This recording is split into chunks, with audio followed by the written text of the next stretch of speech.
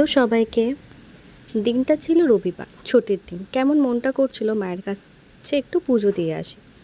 তো আবার কি বেরিয়ে পড়লাম আমরা দুই বান্ধবী। কাজের চাপে একসাথে আর আগের মতো বেরোনো হয় না, তাই যখন ছুটি থাকে হুটহাট করে আমরা বেরিয়ে পড়ি। হুটহাট করে ছোটো ছোটো প্ল্যানগুলো না খুব ভালো লাগে। তো আমরা তখন বেরিয়ে পড়েছিলাম মায়ের উদ্দেশ্যে। আমরা স্টেশনে পৌঁছে গেছিলাম, ওয়েট করছিলাম আমার আর এক বান্ধবী আসবে, কবিতা, বাট তিনি নিচে দাঁড়িয়েছিল। মানে আমরা তখন ট্রেন থেকে জাস্ট নেমেছিলাম, মেট্রো স্টেশনেও দাঁড়িয়ে আছে, আর আমরা ওপরে বদমাইশি করে দাঁড়িয়ে একটুখানি আমি একটু বদমাইশি করছিলাম। তো তারপরে আমরা যখন নিচে নামলাম মানে মেট্রো স্টেশনে, তখন আমাদের সাথে ফার্স্টে আমরা অটো করে চলে গেছিলাম বারুইপুর স্টেশনে। ওখান থেকে ট্রেনে করে আমরা গেছিলাম নিউ গড়িয়া স্টেশনে। নিউ গড়িয়া স্টেশন থেকে আমরা মেট্রোয় উঠলাম। মেট্রোয় উঠে আমরা নামলাম দক্ষিণেশ্বর স্টেশনে। মেট্রো থেকে নামার পরে শুধু আমাদের মনে হচ্ছিল যে আমরা কখন মায়ের দর্শনটা পাবো। সেদিনকে প্রচণ্ড রোদ ছিল, প্রচণ্ড গরম ছিল, বাট আমরা শাড়ি তো পরতেই হবে।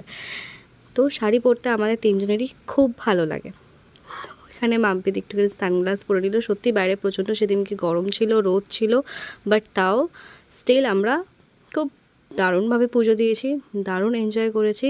আর মাকে তো সিরিয়াসলি সেদিনকে খুব সুন্দর লাগছিল। স্কাইওয়াক থেকে হেঁটে আমরা চলে গেছিলাম আমাদের 10 নম্বর কাউন্টার। দক্ষিণেশ্বর মন্দিরের ভেতরেই রয়েছে। এখান থেকে আমরা প্রায় প্রসাদ নিয়ে থাকি যতবারই আমরা যাই।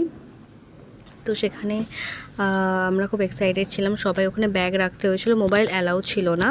মোবাইল, ব্যাগ, ছাতা সব রেখে দিতে হয়েছিল। এখানে আমরা আমাদের সব প্রসাদ নিচ্ছিলাম, আলাদা আলাদা ডালা নিচ্ছিলাম।